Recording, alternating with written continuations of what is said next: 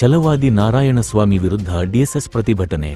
ವಿಧಾನ ಪರಿಷತ್ ವಿಪಕ್ಷ ನಾಯಕ ಛಲವಾದಿ ನಾರಾಯಣಸ್ವಾಮಿ ಅವರು ಸಚಿವ ಪ್ರಿಯಾಂಕ ಖರ್ಗೆ ಬಗ್ಗೆ ಅವಹೇಳನಕಾರಿ ಹೇಳಿಕೆ ನೀಡಿರುವುದನ್ನು ಖಂಡಿಸಿ ವಿಜಯಪುರ ನಗರದ ಜಿಲ್ಲಾಧಿಕಾರಿಗಳ ಕಚೇರಿಯ ಮುಂದೆ ಮಂಗಳವಾರದಂದು ದಲಿತ ಸಂಘರ್ಷ ಸಮಿತಿ ಸಂಘಟನೆಯಿಂದ ಪ್ರತಿಭಟನೆ ಮಾಡಿದರು.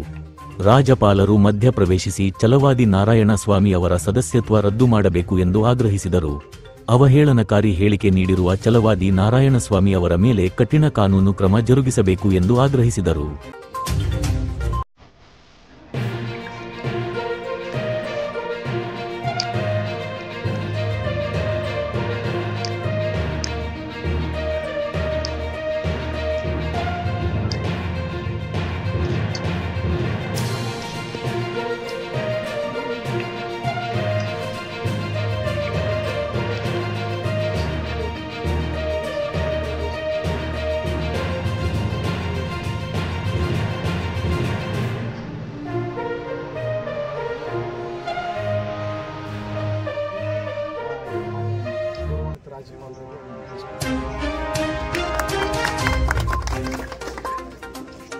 ಕನ್ನಡ ಧ್ವನಿ ಚಾನೆಲ್ ಅನ್ನು ಸಬ್ಸ್ಕ್ರೈಬ್ ಮಾಡಿ ಮತ್ತು ನಮ್ಮ ಹೊಸ ವಿಡಿಯೋ ಎಲ್ಲರಿಗಿಂತ ಮುಂಚೆ ನೋಡಲು ಪಕ್ಕದಲ್ಲಿರುವ ಬೆಲ್ ಐಕಾನ್ ಅನ್ನು ಕ್ಲಿಕ್ ಮಾಡಿ.